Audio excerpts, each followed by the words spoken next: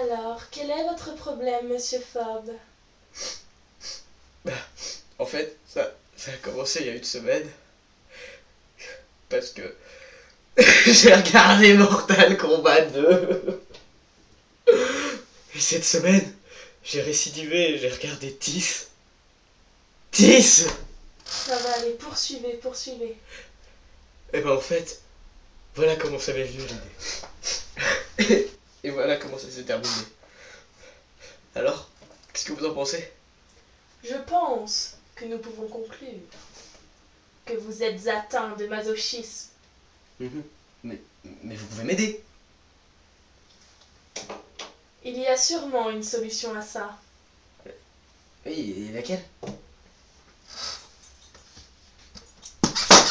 À terre, monsieur Fob.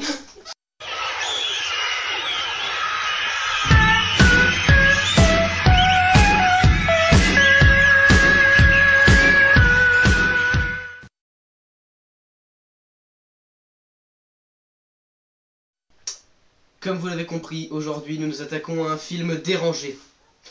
Psychologiquement dérangé. Tis.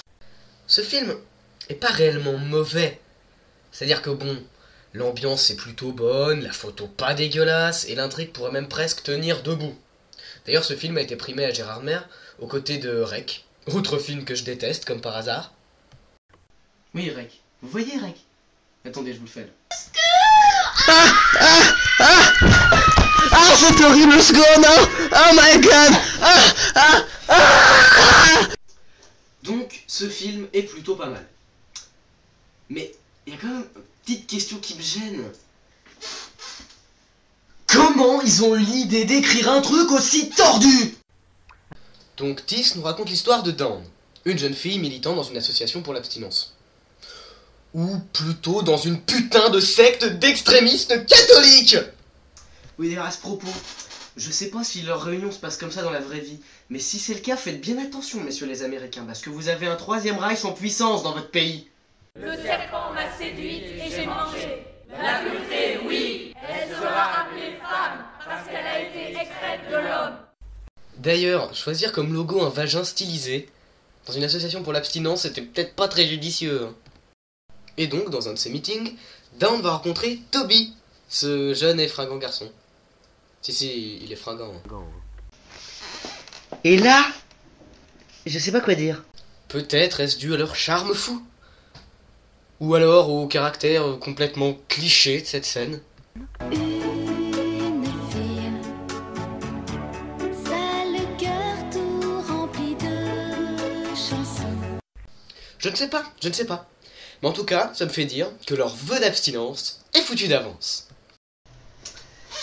Donc la nonne et le curé commencent à sortir gentiment ensemble. Et c'est là qu'on se rend compte que tous les personnages de ce film sont coincés. Oh génial, il a eu des critiques super celui-là. Phil, c'est interdit aux moins de 16 ans. Paraît qu'il est génial. Phil, Ouais, j'ai pas dit qu'on devait le voir. Hein. Tu sais quoi? Même dans celui interdit aux moins de 13 ans, ça parle de sexe. Oh là là, non mais sérieux, c'est plus un balai qu'ils ont dans le cul, c'est un aspirateur. Bon, jusque là, c'est pas génial, mais on pourrait se dire qu'on va quand même passer un bon moment. Grave erreur. Parce que c'est à partir de là que tout commence à se barrer en couille. En effet, très excité par l'abbé Pierre, Dawn commence à... Voilà. Et là, elle se rend compte qu'elle a... comment dire sans être vulgaire... des dents dans la... Et oui, vous l'avez compris, ce film qui s'annonçait comme une mauvaise comédie romantique est en fait un mélange entre un mauvais film d'horreur et un mauvais porno. Donc, bon, quel est le vagin denté? Passe encore, je veux dire, qui n'a jamais eu un par-ci, par-là, bon voilà. Mais c'est moi ou la question qu'elle pose après est complètement con? Mais qu'est-ce qui cloche chez moi? Tu veux vraiment que je réponde à ta question? Non mais vagina dentata, ce truc a même un nom scientifique. Et puis pourquoi elle a ça? Excès de maïs Monsanto sûrement. Franchement, je crois que le réalisateur a vraiment besoin de l'aide d'un spécialiste. Et maintenant, la minupsie du Dr Fob. Nous pouvons donc conjecturer sans crainte de nous tromper que que le réalisateur a mal digéré son complexe d'Oedipe et a par conséquent envie du vagin de sa mère. Et non pas de celui de son père, contrairement à ce que disait Freud. Ou Booba, peut-être. Mais comprends pas qu'on perd là, ça va ton père. Merci professeur. Bon, revenons à Mère Teresa. Donc maintenant qu'on sait qu'elle va pas bien dans son corps, il a aussi fallu nous montrer qu'elle n'était pas toute seule dans sa tête. Car comme toute personne intelligente ayant des dents ailleurs que dans la bouche, Dawn va se taper Toby.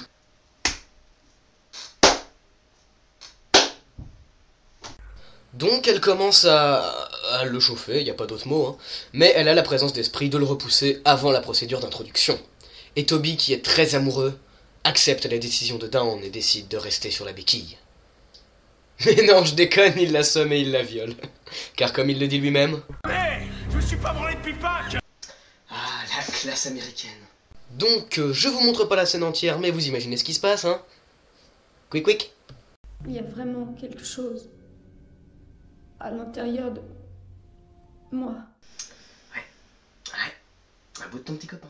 Donc, Toby, vous le regardez bien et vous l'oubliez, parce que ce personnage est aussi utile... Que la bite d'un pape. Exactement. Alors ensuite, Dawn va chez Gynéco, il joue aux marionnettes, et quick. Puis elle retourne dans un de ses meetings nazis, rencontre un mec, couche avec, et puis... quick. Ceci dit, vu sa tête, c'est peut-être pas plus mal qu'il puisse pas se reproduire. Et donc maintenant, va intervenir un personnage dont je ne vous ai pas parlé, bien qu'il apparaisse dès le début du film. Mais ce qu'il faut bien comprendre, c'est que dans ce film, les personnages n'ont pas d'autre intérêt que celui de servir de casse-croûte à Minou. Il s'agit donc du demi-frère de Dawn, Brad. J'en ai rien à foutre, merde. J'ai rien à voir avec cette putain. T'as aimé?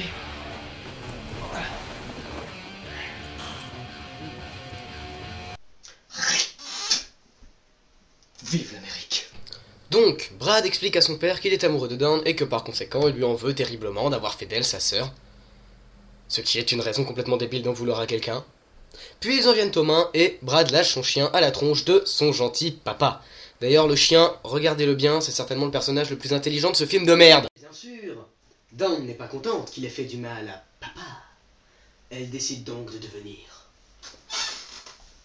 Catwoman. Enfin, pas Catwoman telle qu'on la connaît, hein. Mais disons qu'elle va utiliser sa cat pour faire des trucs de super-héros. Genre défendre la Vierge et l'abstinent. Et bien évidemment, pour ce faire, elle couche avec son frère. Non mais c'est quoi cette famille de consanguins? Ça a été tourné dans le Nord-Pas-de-Calais? Non mais puis sérieux, s'ils font tous ça, tu m'étonnes qu'ils récupèrent des enfants anormaux. Et maintenant, la minute... ouais, c'est bon. Nous pouvons donc conjecturer, sans crainte de nous tromper, que ce personnage a donc mal digéré son... Oh ta gueule, c'est bon, t'as pas appelé, hein. Non mais comment tu parles? Vous avez aimé les dents de la mère? Vous adorerez les dents de la sœur? Donc, encore quick, hein, je vais pas vous faire un dessin. Notez la petite scène dégueulasse du chien, ainsi que le regard des acteurs qui nous montre bien que même eux savaient qu'ils faisaient de la merde.